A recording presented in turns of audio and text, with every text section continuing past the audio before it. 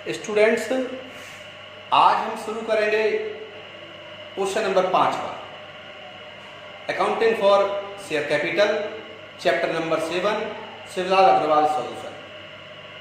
5वां क्वेश्चन, जैसा कि हमने 1, 2, 3, 4 किए हैं, लगभग वैसा ही है, केवल नई चीज बढ़ जाती है। अभी तक हम बना रहे थे 2 और 2 4 और 2 6, 6 एंट्रीज कंप्लीट कर रहे थे, 2 2 2। बिकॉज इसमें होता क्या है कि जितनी इंस्टॉलमेंट बढ़ती जाती हैं उस हिसाब से 2 एंट्री यानी 1 पेयर आगे और बढ़ता जाता है।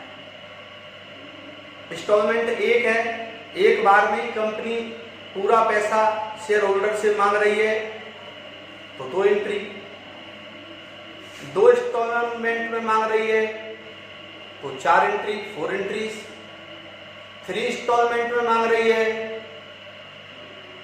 तो 6 एंट्री, 4 इंस्टॉलमेंट में 4 किस्तों में पैसा मांग रही है तो फिर 8 एंट्री बनेंगी। कितनी बनेंगी? 8 एंट्री। कैसे बनती हैं हम बात करते हैं इस क्वेश्चन पर।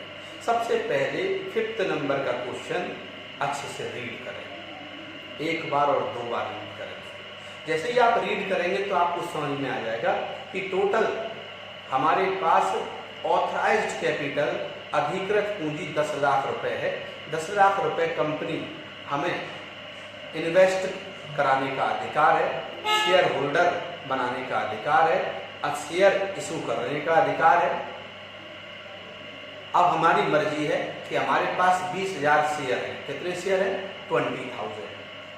क्वेश्चन में देखें आप, हमारे पास 20,000 शेयर हैं, एक शेयर 50 रुपए का है, 20,000 शेयर है हमारे पास और 50 रुपीज का ईच शेयर है। हम पब्लिक को कितने इशू करना चाहते हैं डिपेंड कंपनी पर करता है। कंपनी चाहे तो 20,000 का गवर्नमेंट से उसे ऑथराइज्ड मिला हुआ है, 20,000 एक बार में इशू कर सकती है और कंपनी चाहे तो आधे अभी इशू कर सकती है, आधे बाद में। वो अपने कंडीशन के अकॉर्डिंग, नीड के अकॉर्डिंग, उसकी आवश्यकता के अनुसार पैसा इकट्ठा करती है। पैसा इकट्ठा किससे होता है? शेयर होल्डर से, अंशधारियों से, हिस्सेदारों से। किसको पैसा मिलता है? कंपनी को। कंपनी क्या करती है? उस पैसे का बिजनेसमैन का बांटती है। बिजनेस में जो प्रॉफिट होता है किसको बांटती है? शेयर होल्डर को बांटती है। ये कई बार बता चुके हैं यहाँ पर एक्स लिमिटेड है और उसकी ऑथराइज्ड कैपिटल जो सरकार से उसने मांगा अधिकार, ऑथराइज्ड कैपिटल की डिमांड की 10 लाख रुपीज, 10 लाख रुपए। सरकार ने उसे अधिकार दिया, 10 लाख रुपए का अधिकार है आपको इकट्ठा करने का। अब आपकी मर्जी है आपको कितना इकट्ठा करना है। तो उसने इसको पार्ट में डिवाइड किया। कितने पार्ट में डिवाइड किया?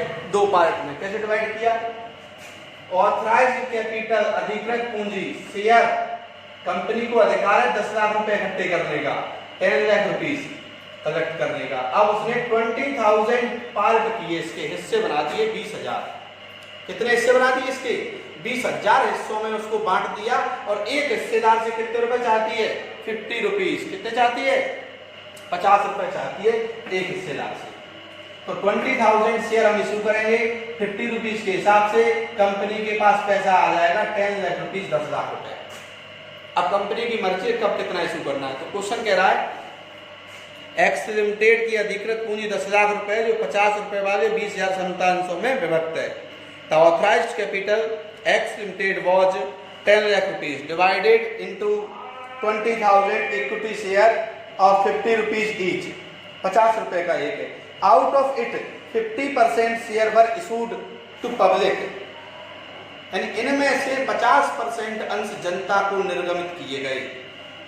शेयर 50% आउट ऑफ इट, इनमें से, यानी टोटल शेयर कितने हमारे पास? 20,000। इनमें से इशूड यानी पब्लिक को कितने इशू कर रहे हैं? 50%, 50% निर्गमित पूंजी।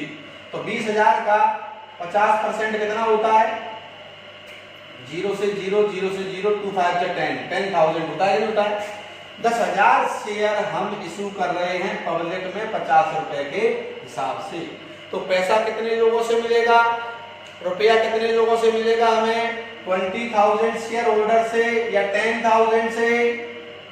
तो ऑथराइज्ड ज्यादा है और इशूड कम है, तो जितने शेयर इशू करते हैं उन्हीं लोगों से पैसा मिलता है।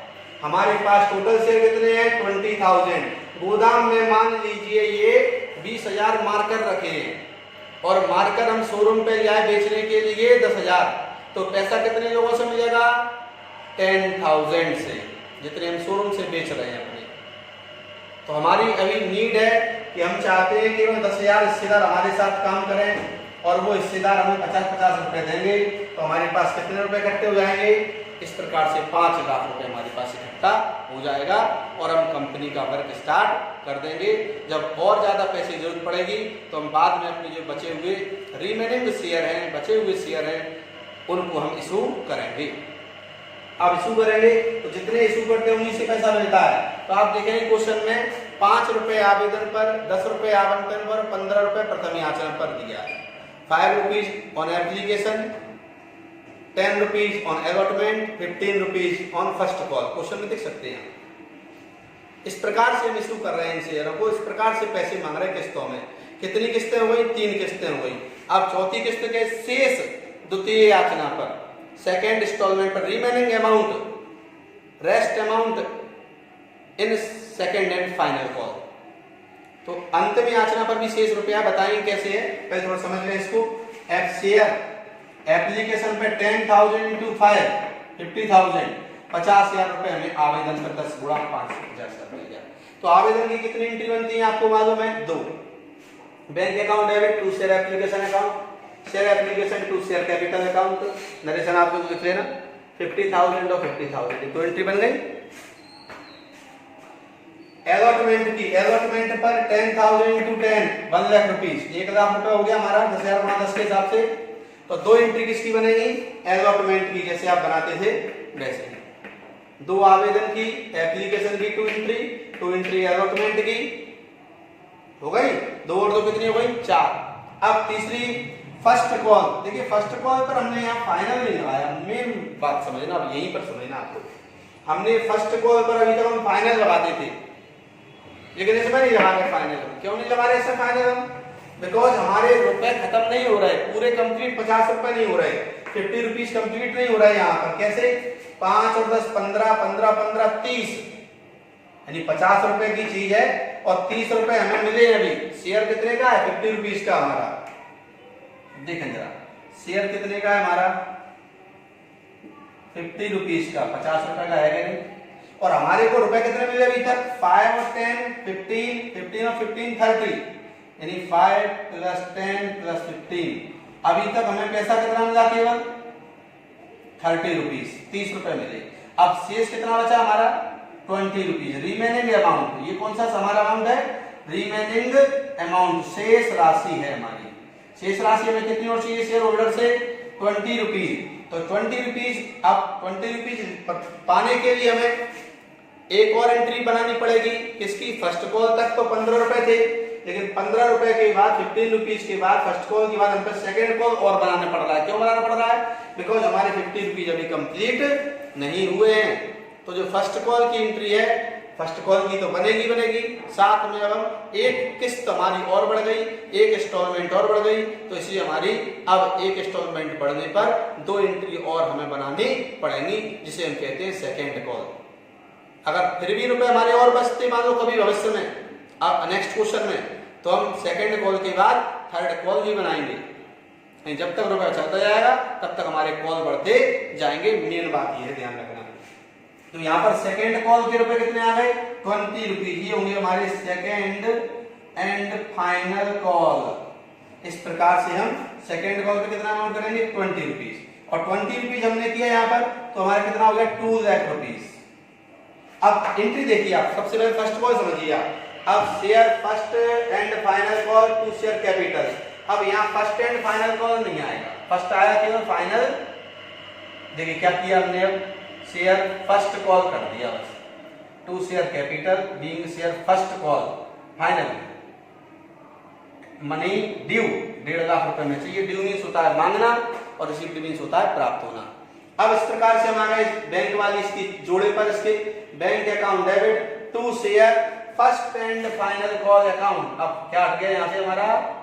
फाइनल हटा दिया। क्यों? क्योंकि ये आखिरी एंट्री नहीं है, इसके बाद भी हमारी एक किस्त और 2 एंट्री और बढ़ रही है, इसलिए अब फाइनल वहां पर यूज करेंगे। जो आखिरी एंट्री थी वही फाइनल यूज करते हैं। तो इस प्रकार से फर्स्ट कॉल हो गया। अब बारी देखिए, अब आ गई सेकंड कॉल की। सेकंड कॉल पे कितने रुपए रह गए? 20 कहां से आए? 50 में से 30 गए तो कितने बचे? 20। 30 कैसे गए? 5 एप्लीकेशन, 5 एप्लीकेशन, 10 अलॉटमेंट और 15 फर्स्ट कॉल। तो इस प्रकार से 30 रुपीज चले गए। 30 रुपए सेकंड एंड फाइनल कॉल पे देना। 10,000 to 20, ये रिमेनिंग अमाउंट आ गया 2 लाख रुपीज। 10,000 गुणा 20, 2 लाख रुपए आ गया। इसके लिए हम सेकंड कॉल की एंट्री बनाएंगे। सब कुछ जैसी फर्स्ट कॉल की एंट्री बनती थी, बिल्कुल फर्स्ट कॉल की एंट्री है, सेम वही सेकंड कॉल की एंट्री है। बस परिवर्तन केवल इतना है, चेंज केवल इतना है कि फर्स्ट की जगह केवल सेकंड कर दिया है और बाकी सेम वही एंट्री है। जरा आप देखें बोर्ड पर, शेयर, इसमें भी शेयर है। फर्स्ट की जगह क्या हो गया? देखिए सेकंड हो गया। कॉल की जगह कॉल है, अकाउंट की जगह बस नई चीज क्या बढ़ गई? Share second and final. Final क्यों बढ़ाया? क्योंकि फर्स्ट से हटा दिया तो जो आखिरी एंट्री है वहां फाइनल लगा दिया। Being share second and final call money due 2 lakh rupees. Entry बनेगी। अगली एंट्री जोड़ा है, जब ये बनेगी तो बैंक वाली एंट्री जरूर बनेगी, रिसिप्ट की बनेगी। एक बार ड्यू करते हैं, मांगते हैं, एक बार रिसिप्ट होता है, प्राप्त होता है। Bank account debit to share second and final call account, being second and final call money received 2 lakh और 2 लाख। और इस प्रकार से हमने टोटल कर दिया पूरा दोनों साइड का 10 लाख रुपीज हमारा टोटल आ गया। और ये हमारा क्वेश्चन कंप्लीट हुआ। क्वेश्चन नंबर 5 है, चैप्टर 7 का है। आप अच्छी तरह समझें, पढ़ें इसको, वीडियो बार बार देखें, लाइक करें, सब्सक्राइब करें। तब तक के लिए बेटे बेस्ट ऑफ लक।